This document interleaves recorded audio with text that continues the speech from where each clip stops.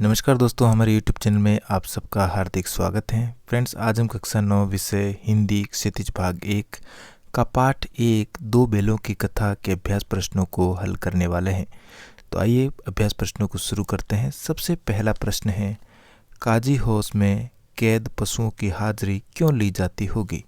हमारा उत्तर होगा, काजी हाउस में कैद पशुओं की हाजिरी इसलिए ली जाती थी कि सभी पशुओं की जानकारी मिल सके। वहाँ गाय, भैंस, बकरी, घोड़ा, गधा आदि को रखा गया था। यदि पशु कैद से भाग जाए या भर जाए तो उनकी जानकारी मिल सके। प्रश्न नंबर 2, छोटी बच्ची को बैलों के प्रति प्रेम क्यों उमड़ आया? हमारा उत्तर है, छोटी बच्ची को बैलों के प्रति प्रेम इसलिए उमड़ गया क्योंकि बच्ची की माँ मर चुकी थी। उसकी सौतेली माँ उसे बहुत मारा करती थी। बच्ची ने देखा कि बैलों को दिन भर काम कराया जाता है, फिर उन्हें डंडे से मारा भी जाता है। यहाँ पर डंडे से मारा भी जाता है। खाने के रूप में उन्हें सूखा भूसा दिया जाता है।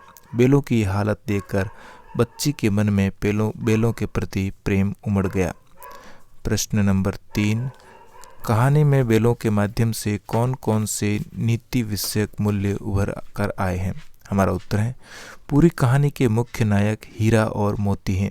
यह प्रेमचंद की शिक्षाप्रद कहानी है जिसके माध्यम से उन्होंने दिखाने की कोशिश की है कि हमें अपने जीवन में कभी हार नहीं माननी चाहिए। हमें हमेशा अपने जीवन को अच्छा बनाने के लिए संघर्ष करना चाहिए।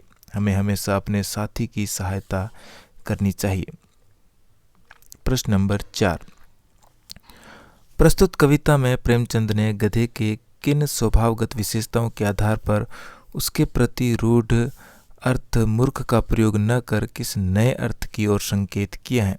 हमारा उत्तर है, प्रस्तुत कविता में प्रेमचंद ने गधे के लिए रूढ़ अर्थ मूर्ख का प्रयोग न करके उसे संतोषी, सहनशील, सुख दुख में समान रहने वाला, क्रोध रहित एवं स्थिर व्यवहार वाला बताया है। इस प्रकार कथाकार ने गधे के सहिष्णु, सद्गुणी और संतोषी स्वभाव वाले अर्थ की ओर संकेत किया है।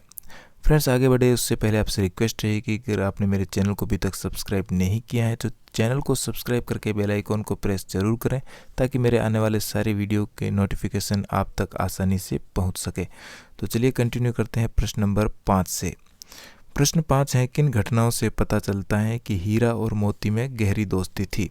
हमारा उत्तर है, हीरा और मोती की गहरी दोस्ती की निम्नलिखित घटनाएं हैं। पहला, जब काजी हाउस में हीरा द्वारा दीवार तोड़ी गई और उसे रस्सियों से बांधा गया तब मोती ने पूरी दीवार तोड़ी और उसी के साथ बांधा गया। दूसरा, जब उनके द्वारा खेत जोते जाते तब वे ध्यान रखते कि कभी एक दूसरे पर ज़्यादा भार न पड़े। तीसरा, एक बार जब मोती मटर खाते हुए पकड़ा गया तब हीरा भी वहीं वापस आया और उसके साथ ही पकड़ा गया। प्रश्न नंबर 6, लेकिन औरत जात पर सींग चलाना मना है, यह भूल जाते हो? हीरा के इस कथन के माध्यम से स्त्री के प्रति प्रेमचंद के दृष्टिकोण को स्पष्ट कीजिए। हमारा उत्तर है, हीरा के उक्त कथन के माध्यम से प्रेमचंद का स्त्री जाति के प्रति सम्मान का भाव व्यक्त हुआ है। भारतीय संस्कृति में यत्र नार्यस्तु पूज्यन्ते रमन्ते तत्र देवता कथन से नारी को सम्मानित एवं पूज्य माना गया है। हमारे समाज में कुछ लोग स्त्री को केवल भोग्य तथा साधारण जीव मानते हैं, उसका शोषण उत्पीड़न करते हैं, मारते पीटते भी हैं, परंतु प्रेमचंद का ऐसा दृष्टिकोण नहीं है। उन्होंने स्त्री को समता एवं सम्मान का पात्र बताया है। प्रश्न नंबर 7, किसान जीवन वाले समाज में पशु और मनुष्य के आपसी संबंधों को कहानी में किस तरह व्यक्त किया गया है? हमारा उत्तर है, किसान जीवन वाले समाज में पशु और मनुष्य के बीच अत्यधिक प्यार और लगाव को व्यक्त किया गया है कि कैसे हीरा और मोती का गया के घर से भाग जाने पर झूरी और उसकी पत्नी उसका स्वागत करते हैं, उसे गले लगाते हैं। झूरी की पत्नी उनका माथा चूमती हैं। साथ में छोटी बच्ची और हीरा मोती के बीच आपसी लगाव को दर्शाया गया है। छोटी बच्ची उन्हें रोज रोटी खिलाती हैं। ऐसे में मोती भी अपनी मूक भाषा में कह देता है कि इस छोटी बच्ची की सौतेली माँ जो इसे मारती रहती है, मन करता है सींगों पर उठाकर फेंक दूं। 8वां प्रश्न है, इतना तो हो ही गया कि 9-10 प्राणियों की जान बच गई, वे सब तो आशीर्वाद देंगे। मोती के इस कथन के आलोक में उसकी विशेषताएं बताई।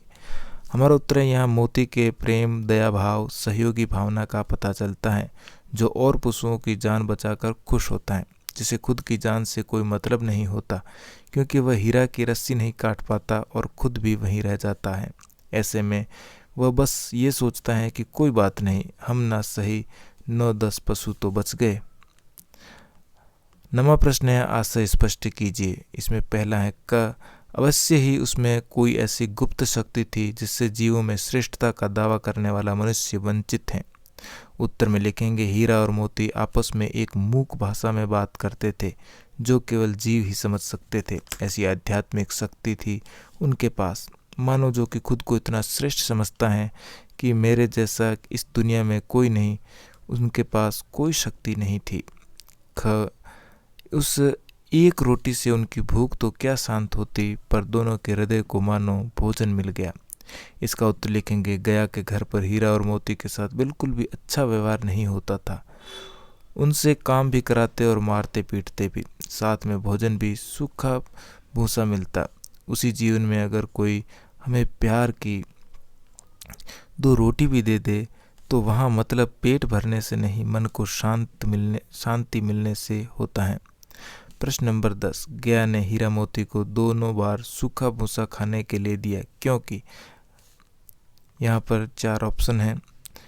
यहाँ पर हमारा सही उत्तर होगा, वह हीरा मोती के व्यवहार से बहुत दुखी था। यहाँ पर हमारा उत्तर ग सही होगा। अब रचना और अभिव्यक्ति में हमारा पहला प्रश्न है, हीरा और मोती ने शोषण के खिलाफ आवाज़ उठाई, लेकिन उसके लिए प्रताड़ना भी सही। हीरा मोती की इस प्रतिक्रिया पर तर्क सहित अपने विचार प्रकट करें।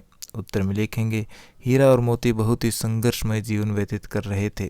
झूरी के घर के अलावा उन्हें हर जगह प्रताड़ना सहन करनी पड़ रही थी, लेकिन वे हार नहीं मानते और हर जगह अपनी जान और शोषण से बचने का प्रयास करते हैं। गया के घर से खुद को बचाकर वे काजी हाउस में फंस जाते हैं। वहाँ पर भी उनको मारा जाता है, लेकिन अपने जीवन को बचाते हुए वे उधर से भी भाग जाते हैं और अंत में अपने मालिक झूरी के पास पहुँच जाते हैं।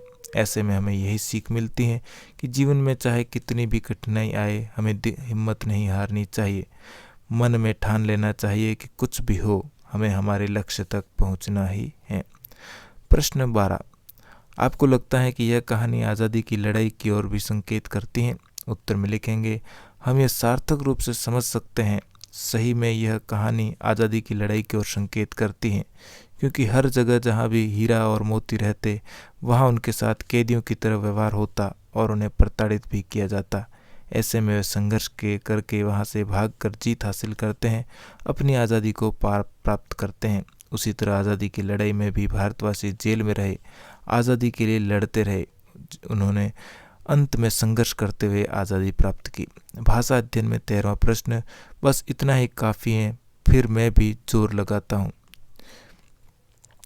ही और भी वाक्य में किसी बात पर जोर देने का काम कर रहे हैं। ऐसे शब्दों को निपात कहते हैं। कहानी में से 5 ऐसे वाक्य छांटिए जिनमें निपात का प्रयोग हुआ हो।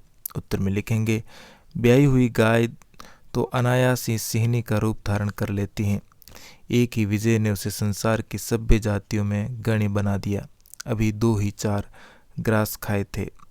जोर तो मारता ही जाऊंगा, अपना ही हार आ गया। कभी कभी अड़ियल बैल भी देखने को मिलता है। बैल कभी कभी मारता भी है। रखवालों ने उसे भी पकड़ लिया। इससे तो गया भी अच्छा था, खाने को एक दिन का भी नहीं मिला। अब है प्रश्न नंबर 14, रचना के आधार पर वाक्य भेद बताइए और उपवाक्य छांटकर उसमें भी भेद लिखिए। यहाँ पर हम उत्तर में लिखेंगे वाक्य भेद। सबसे पहले क में वाक्य भेद लिखेंगे, मिश्र वाक्य। उपवाक्य लिखेंगे, अधमरे से पड़े हुए जानवर चेत उठे। इसमें भेद है संज्ञा उपवाक्य का। दूसरा है ख, उपवाक्य है जिसकी आंखें लाल थी और मुद्रा अत्यंत कठोर। यहाँ पर भेद है विशेषण उपवाक्य का। इसी प्रकार ग है, उपवाक्य है अधमरे से पड़े हुए जानवर भी चेत उठे। भेद है संज्ञा उपवाक्य का।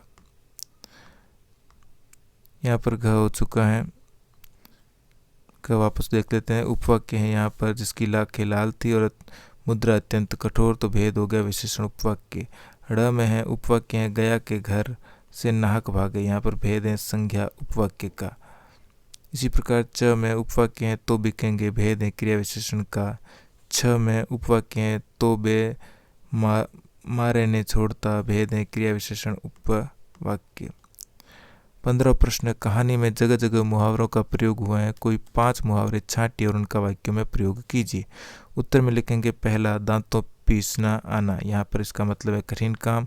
वाक्य में प्रयोग करेंगे, राम से इतना काम करवाया गया कि उसके दांतों तले पसीने आ गए।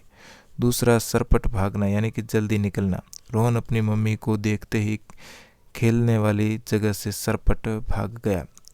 तीसरा, प्राण निकलना मतलब जान जाना, जब तक मैं सोहन के पास पहुंचा उसके प्राण निकल चुके थे। चौथा, विपत्ति में पड़ना यानी कि मुसीबत में पड़ना, नैना संभल कर काम करना नहीं तुम विपत्ति में पड़ जाओगे। पांचवा, अनायासी यानी कि अचानक ही, इसका वाक्य में प्रयोग होगा, रचना ने अनायासी राहुल को थप्पड़ मारा। 16 प्रश्न, पशु पक्षियों से संबंधित अन्य रचनाएं ढूंढकर पढ़िए और कक्षा में चर्चा कीजिए। तो यहाँ पर हमें पशुओं से संबंधित कुछ रचनाएं ढूंढनी और इसको कक्षा में पढ़कर चर्चा करनी है, जैसे कि नीलू कुत्ता, नीलकंठ मोर, गिल्लू, सोना हिरणी आदि। इसके साथ ही हमारा पाठ यहीं पर समाप्त हुआ। वीडियो अच्छा लगा तो लाइक, शेयर और चैनल पर पहली बार आए तो चैनल को सब्सक्राइब जरूर करें। मिलते हैं इसी प्रकार के एक और वीडियो में। धन्यवाद।